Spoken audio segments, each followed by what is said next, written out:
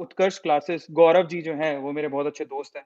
अगर वहाँ पर भी कोई तैयारी होती है, तो मैं उत्कर्ष क्लासेस में ज़रूर बात करना चाहूँगा उनसे, जोधपुर की जो क्लासेस हैं। मैं वहाँ पर तो मैं गौरव गौरव से मैं स्पेशली नंबर लूँगा और उससे बात करूँगा और बाकी जितने भी कोचिंग सेंटर हैं, अगर आप उनके ओनर से कहें, तो मैं उनसे बात करने को तैयार हूँ। वहाँ पर हर एक बैच में अगर 2 सीट रिज़र्व होती है, तो या तो हम पैसा भरेंगे या उनकी पब्लिसिटी करेंगे। ये मैं आपको वादा करता हूँ, उनको कहीं नुकसान नहीं होगा।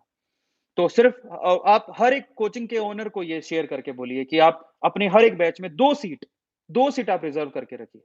और वैसे हिसाब से क्या होना चाहिए कि अगर कोई भी कोचिंग करा रहा है ऑनलाइन, तो 2 सीट जिनके घर पे शहादत हुई है, उनके लिए रिज़र्व होनी चाहिए और किसान के बच्चों के लिए 2 सीट रिज़र्व होनी चाहिए और कम से कम 2 बच्चों को जो बहुत बिलो पॉवर्टी में आते हैं, जिनकी घर की हालत ठीक नहीं है, उनको 2 सीट उनके लिए रिज़र्व होनी चाहिए हर एक बैच में।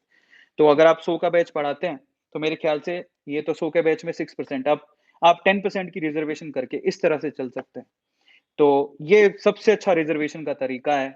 आप 10% जितने भी आपके बैच में सीट्स हैं, उस बैच में रिज़र्वेशन आप कैसे करिए? आप मतलब मान लीजिए आपका 50 का बैच है, ठीक है? तो आप 10% यानी 5 सीट आप रिज़र्व कर दीजिए। 100 का बैच है तो आप 10% तो 10 हो गया, आप 10 या 10 से 6 और 10 के बीच में आप सीट रिज़र्व कर दीजिए, जिसमें 2 सीट आप जिनके घर पे शहादत हुई है, उनके लिए, 2 सीट आप किसान के बच्चों के लिए और 2 सीट आप बिलो पॉवर्टी जिनके जो आपकी फीस को नहीं कर सकते, अफ़ोर्ड नहीं कर सकते।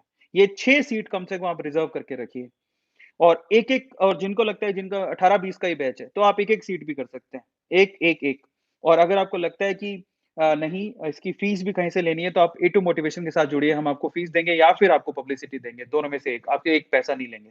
ये मैं आपको प्रॉमिस करता हूँ।